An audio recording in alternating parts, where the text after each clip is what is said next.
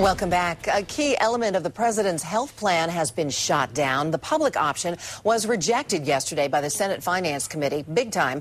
Joining us to talk about the ramifications of this vote is Congressman Bilbray. Good morning, Congressman.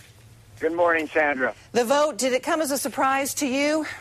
Well, the size of the vote was very surprising, almost 2-to-1 opposing having the public option. Mm-hmm.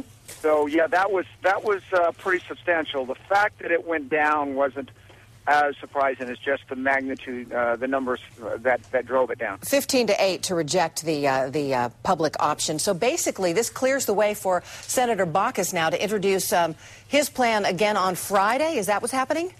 Yeah, and there's a lot of discussion about how could we keep competition going, and actually try to keep the insurance companies honest on this. And you got to remember, Sandra, this is sort of being driven by a whole new radical concept that really we don't talk enough about, and that is the concept that the federal government will now mandate that if you live in the United States, you have to have insurance, that American citizens living in the United States will be mandated to have some kind of insurance. And with that mandate comes this situation where we could create a monopoly for the insurance companies, and people are looking around for how do we stop that monopoly. So this public option is just a way of trying to address the problem created by a new federal mandate. And the senator and myself, I really believe that we ought to be looking at the credit union option, which is the nonprofits,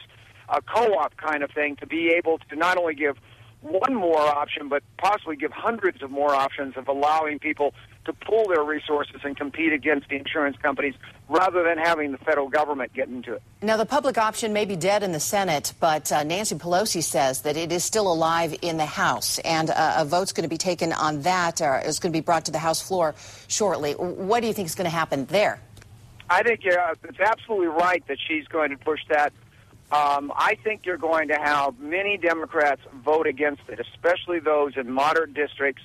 The new freshmen who are more sensitive to their constituency, I think, are going to be voting against it. But I think Mrs. Pelosi, the Speaker, has been having backroom meetings all week, trying to figure out how she can get 218 members of Congress and the House of Representatives to vote for her proposal.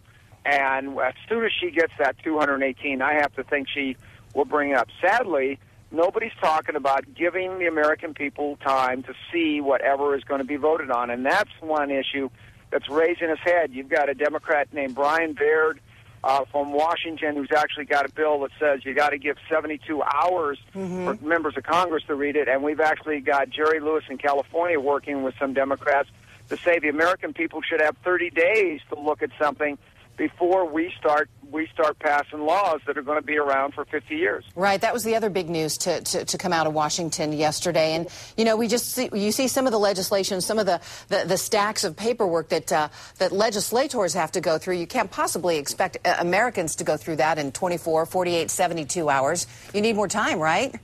Really, Sandra, and we need to allow people to gain a level of confidence that Washington isn't trying to pull something over on them. And I don't care if you were buying a car or if you're asking your Congress to vote, you darn well want to be able to read the fine print. And when someone says, oh, don't bother, don't worry, trust me, people just don't trust it, especially the things that we've seen happen out of Washington in the last few months. You had a case where AIG, the big corporate leaders that created the financial crisis, got huge pay raises by the stimulus bill because it was stuck in there and people were not allowed to read that bill before it was passed.